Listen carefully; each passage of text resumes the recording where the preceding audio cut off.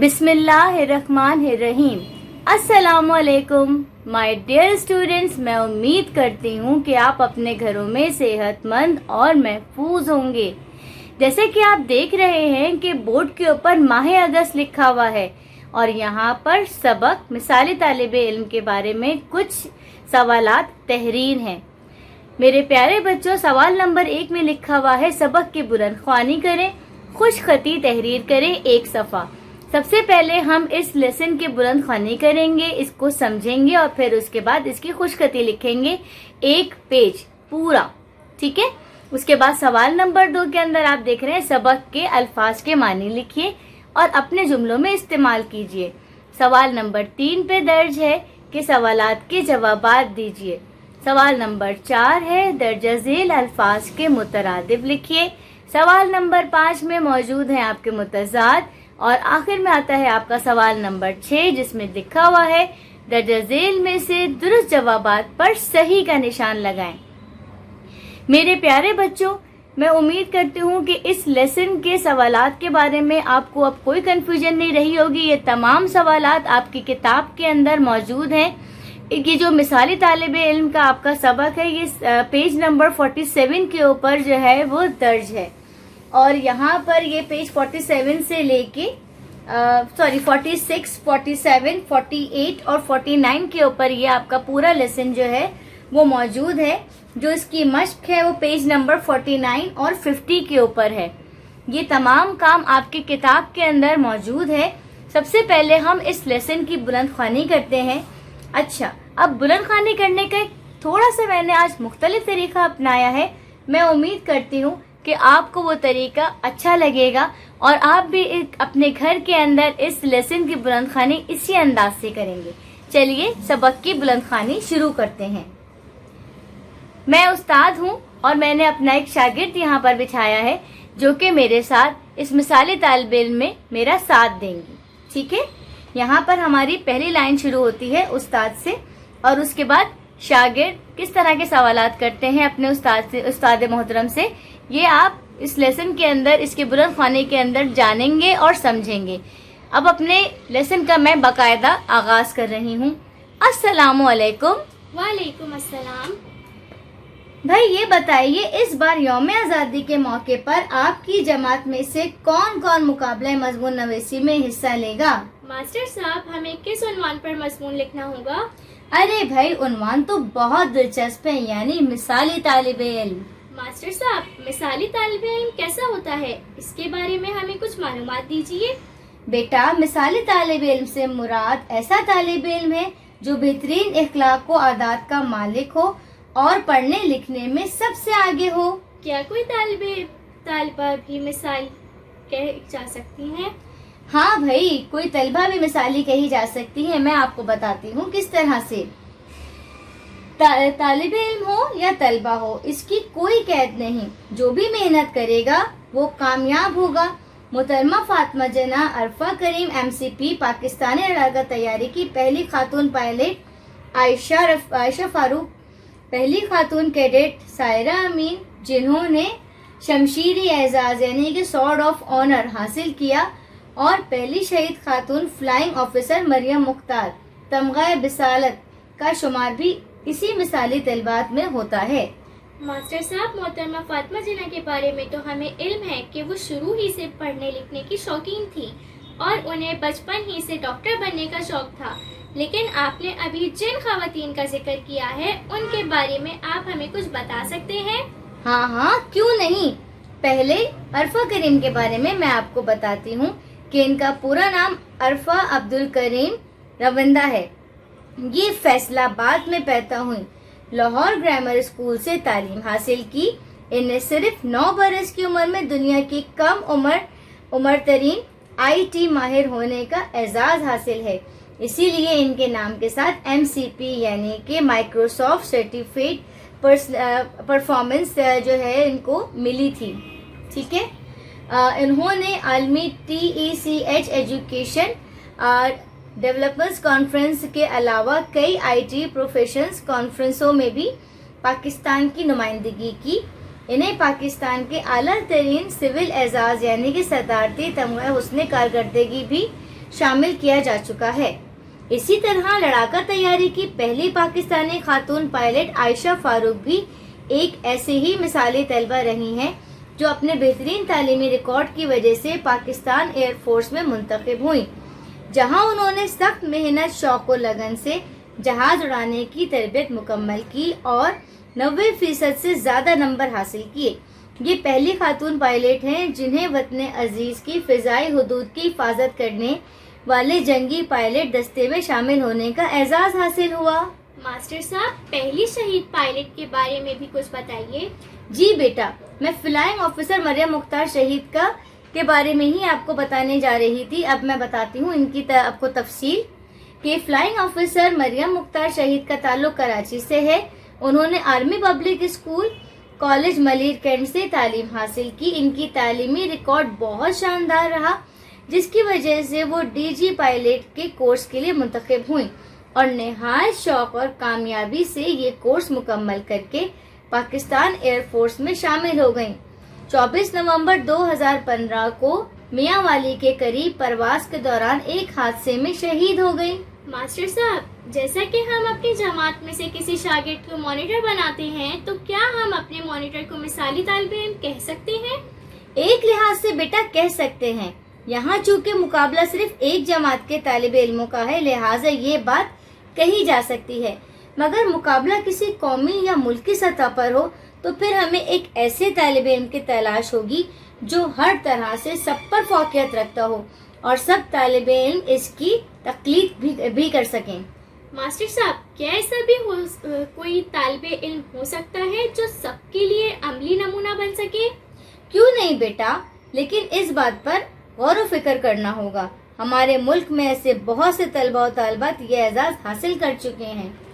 خیر، آج تو اور کام کرنا ہے، کل انشاءاللہ اس موضوع پر مزید بات ہوگی، لیکن موضوع پر گھر سے کچھ غور کر کے آئیں۔ اب یہاں پر مائی ڈیئر اسٹوڈنٹس، میں دوسرا دن شروع کر رہی ہوں۔ جب دوسرے دن ماں صاحب آپ کے جو ٹیچر ہیں وہ آپ کے کلاس کے اندر داخل ہوتے ہیں تو ان کا کس طرح سے ویلکم کرتے ہیں، بچے کس بے چینی سے انتظار کر رہے ہوتے ہیں، کیونکہ آپ کو پتہ ہے کہ جب ہم آپ کو ہوم ورک دیتے ہیں اور وہ آپ بہت عمدہ طریقے سے مکمل کرتے ہیں تو اور اس دن کا آپ کو بہت بے چینی سے انتظار ہوتا ہے کہ ٹیچر نے مجھے کام دیا تھا تو میں جلدی سے ان کے پیریڈ میں جاؤں اور جا کر وہ کام ان کو دکھاؤں، اور جس طرح کی بھی محنت آپ کرتے ہیں اسی طرح سے ہم آپ کو اس کی اپریسیشن دیتے ہیں۔ دیکھیں، جب دوسرا دن شروع ہوتا ہے تب استاد کا بچوں کے ساتھ کیا انٹریکشن ہوتا ہے۔ دوسرا دن، السلام علیکم۔ وعلیکم السلام۔ کیا بات ہے، آج تو آپ کے چہروں پر بہت خوشی ظاہر ہو رہی ہے۔ مجھے یقین ہے کہ آج مثالی تعلیم کے حوالے سے خوب تیاری کر کے آئے ہیں۔ چلیے، پہلے کون اس مضمون پر روشنی ڈالے گا؟ چلیے ناہید، آپ بتائیے۔ ماسٹر صاحب، میں نے اپنے والد صاحب سے مثالی طالب علم کے بارے میں پوچھا تھا تو انہوں نے مجھے ایک نام بتایا ہے، شمس العلماء عمر بن داؤد پوتا۔ جی بیٹا، پوتا نہیں بیٹا، پوتا۔